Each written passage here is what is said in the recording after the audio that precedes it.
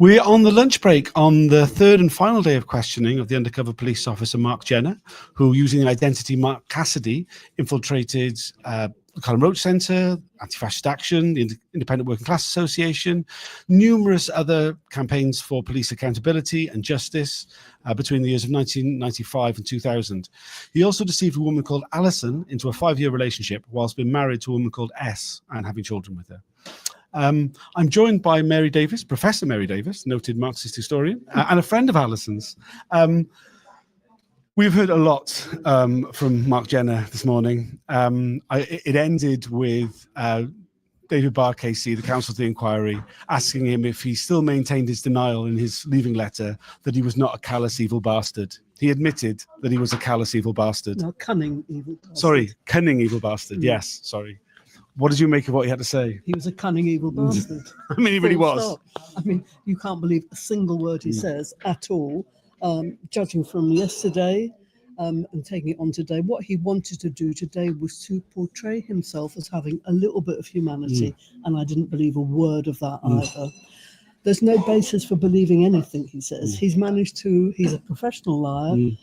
Obviously, for the past 5 years, he's been a professional liar. You don't just remove yourself from that kind of persona who's deceived 2 women, his wife and Alison, obnoxiously and in a vile way. And he's clever at it. That's the worst thing. He's not a clever man. He's a very right-wing, nasty man who he's a racist bigot. But he's managed to hide that by his undercover persona. So he's a clever liar in that sense, but a horrible man, absolutely vile man, and nobody should trust a single word he says. Certainly not in this, not during his deployment, but not in this evidence, because why would he tell the truth now? And this sham attempt to portray himself, he's obviously been advised to show a little bit more of a human character. He must have been advised by somebody who's been listening to this and saying, you are coming across as a cunning, evil bastard. So perhaps show that you did care a little bit. That's it. I don't buy any of it. Yeah, there has been a definite change in tone overnight. Definitely. Everybody has been saying we feel he must have been coached. Someone's had a word with him. But one thing that he's one of his big changes is he's not contesting very much. There are things he is contesting, but largely he's saying, "Oh yes, if Alison said that, yes, that must have happened like that."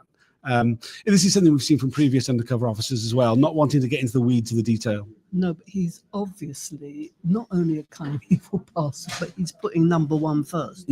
So he could have extricated himself earlier, as has been clearly shown, but didn't want to. He was having a nice time. I mean, nice meal cooked, nice everything. I know the family and I know how lovely they are. I mean, what a nice life.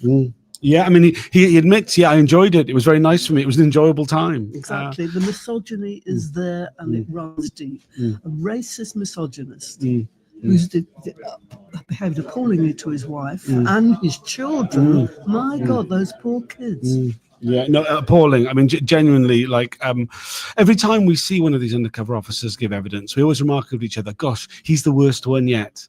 And every time I think, oh, that won't happen again. But once again, I'm left feeling this is the worst one yet. Do you think that? I do think that. I think partially because, as you say, he's lying a lot, but there is a certain amount of truth to him where the callousness really comes through. That he was only looking out for number one, and he's still only looking out for number one. And I think that's very obvious to anybody who's watching. What, number one? He's always looking out for number one. Oh, yes, definitely. I thought you meant he was the number one undercover officer, because Bob Lambert seems to think he was very wonderful. Yes, yeah. And he obviously did his job very well. And anybody who did that job very well is obviously a supreme liar of the best sort, of the worst sort, I mean, actually. So, no, I don't buy any of this. And those letters... I thought that they were getting to the root of that. The language used was he coached on that, even writing those letters. I hope that will be exposed because he picked up on certain phrases that were used, which were obviously, possibly you've seen used before. I don't know about that. Yes. Yeah. So, I mean, it very much feels like a template. very much it feels like a template that has come largely from Bob Lambert. We heard a lot about Bob Lambert today. There were a lot of references that the fact that he knew. We saw documents that he had written where he was basically writing in code about living with activists, which was basically meant the cohabiting. It seems like Mark Jenner is quite happy to throw Bob Lambert under a bus in this process. Bob Lambert will be returning in June or July to give evidence as a manager. One of the things that came out of that particular document about the cohabitation was that this should be considered an alternative living arrangement for future undercover deployments. And I think this really goes to the heart of what we're seeing from Lambert, that not only it's not a matter of him turning a blind eye to undercover officers deceiving women into relationships, but rather him seeing it as an effective tactic. Exactly. And this bloke obviously proves, I don't know if he's the first one, but I don't know about that. But 5 years is a long time. But I tell you, the thing that really annoys me most is that these men have managed to reinvent themselves. They've no charge. Bob Lambert, I know what happened to him. He got a job at London Metropolitan University, which I used to work there. So I cannot believe that this man has deceived everybody, and actually he's now been he's now lauded. I mean, why aren't these people put in prison? Why aren't they prosecuted? I know that this is what gets me. The secret state protects itself, and this is the secret state that is just absolutely a little element that has been revealed, but what lies further and the protection that these people get, that's what really, everything bugs me. I mean, obviously the deception, the misogyny, he's a racist bigot, he is bordering on fascist. I mean, the first day that I had, when apparently they never ever discussed the Ferguson inquiry, they never discussed even those, they never heard about it, even though their paper of notes, the Daily Mail, had murder. And I mean, you can't believe a word these people say, and yet they've got away with it. They're still there. They're not in prison. And they bloody well should be. I agree entirely. Well, I mean, it's interesting you say about the way they've been protected and what they've gone on to do. He mentioned that many of the other officers who knew about his relationship with Alison are officers that have full anonymity at this inquiry. It's not just that we don't know their real names, we don't know their cover names, but also you can't refer to their nominals in any of the evidence. Now, we were sort of led to believe by the chair that the reason for this was the area of deployment that they went into, that somehow there was something particularly dangerous about that. But also there's a belief amongst many of us that the reason is because of what these men went on to do. Now, how many of these we know that SDS officers were considered an elite within Special Branch. Many of them went on to lead Special Branch. How many went on to senior positions in other places? Chief constables, who knows? I don't know, you don't know, but the thing that strikes me, because I live in Hackney, I know what they're talking about, I know some of the people they're talking about, is that none of the organisations that they infiltrated posed any sort of any threat to the state. What he's been doing all the time is looking into all of those organisations in terms of their exposure of police violence. But the Hackney police station is still the most racist police station. So nothing has changed. And so the undercover, it seems to me, just from him, you'll know better about the others, but they're not, all they're doing is protecting themselves through all of this, to try to get into all these campaigns which were exposing police violence, exposing deaths in police custody. That's what they want to shut down, and so it's them looking after themselves. So this is the aspect, as I say, at the state. You've got the state's got its repressive apparatus, it's got its ideological apparatus, but it's got the secret state at the heart of it all.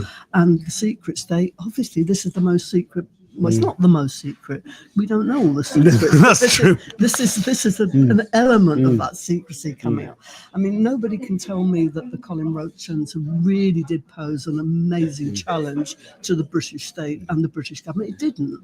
But it embarrassed the police. It embarrassed the police, exactly. That's the point. And it's this desire to protect the reputation of the police. However, there's one thing that came out of this, and that is that in the middle of all of this, doing all of this, they did actually, or he did, infiltrate a union, UCAT. Yes. And that the whole blacklisting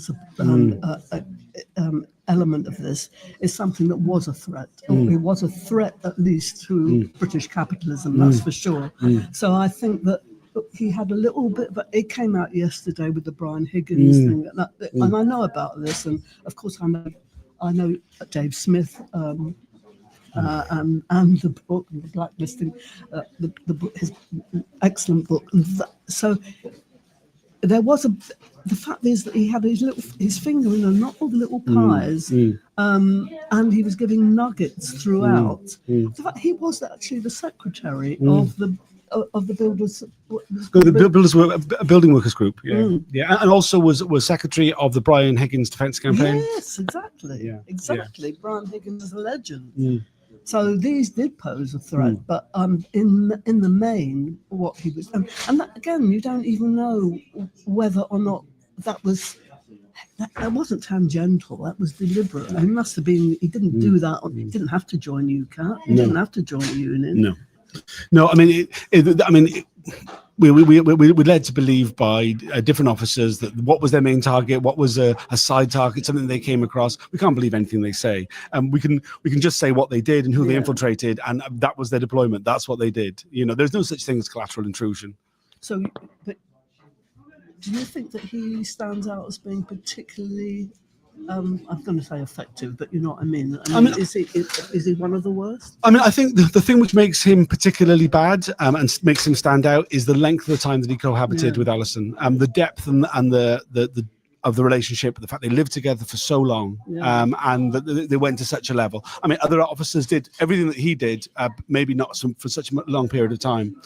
The thing which makes him stand out, I think, like in the here and now for me, is the fact that he's saying.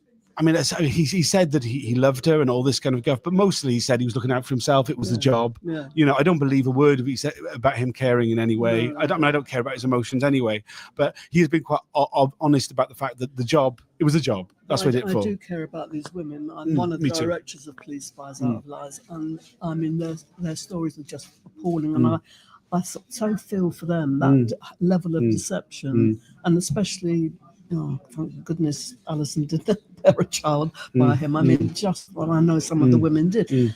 I mean, that is it's so disgusting that it makes you want to vomit, frankly. But I mean, it really does. And the fact that somehow or other this is just seems of collateral damage. These are real women whose lives, including S's life, have been shattered by this.